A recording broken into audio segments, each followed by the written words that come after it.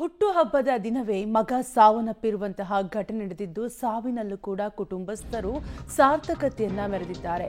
ಹುಟ್ಟುಹಬ್ಬದ ದಿನವೇ ಪ್ರೀತಿಯ ಮಗ ಸಾವನ್ನಪ್ಪಿದ್ದು, ಮಗನ ಸಾವಿನಲ್ಲೂ ಕೂಡ ಕುಟುಂಬ ಸಾರ್ಥಕತೆಯನ್ನ ಮೆರೆದಿದೆ. 15 ದಿನಗಳ ಹಿಂದೆ ಹಾಸನದ ಸಮೀಪ ಬೈಕ್ ಅಪಘಾತ ಸಂಭವಿಸಿತ್ತು. ಬೈಕ್ ಅಪಘಾತದಲ್ಲಿ ಗಾಯಗೊಂಡಿದ್ದ ಆರ್ಯನ್ ನಿನ್ನೆ ಸಾವನ್ನಪ್ಪಿದ್ದಾರೆ. ಬೆಂಗಳೂರಿನ ಖಾಸಗಿ ಆಸ್ಪತ್ರೆಯಲ್ಲಿ ಆರ್ಯನ್ ಸಾವನ್ನಪ್ಪಿದ್ದು, ಹುಟ್ಟುಹಬ್ಬದ ದಿನವೇ ಆರ್ಯನ್ ಸಾವನ್ನಪ್ಪಿದ್ದಾರೆ.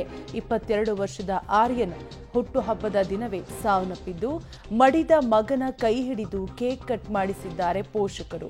ಮಗನ ಅಂಗಾಂಗ ದಾನ ಮಾಡಿ ಪೋಷಕರು ಸಾರ್ಥಕತೆಯನ್ನ ಮೆರೆದಿದ್ದಾರೆ. ಇಂದು ಕೊಪ್ಪಳದ ಕನಕಗಿರಿಯಲ್ಲಿ ಆರ್ಯನ್ ಅಂತ್ಯಕ್ರಿಯೆ ನಡೆಯಲಿದೆ.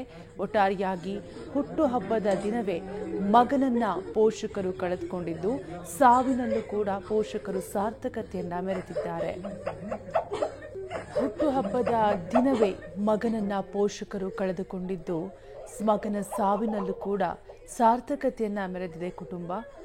15 ದಿನಗಳ ಹಿಂದೆ ಹಾಸನದ ಸಮೀಪ ಬೈಕ್ ಅಪಘಾತ ಸಂಭವಿಸಿತ್ತು. ಬೈಕ್ ಅಪಘಾತದಲ್ಲಿ ಆರ್ಯನ್ ಗಾಯಗೊಂಡಿದ್ರು.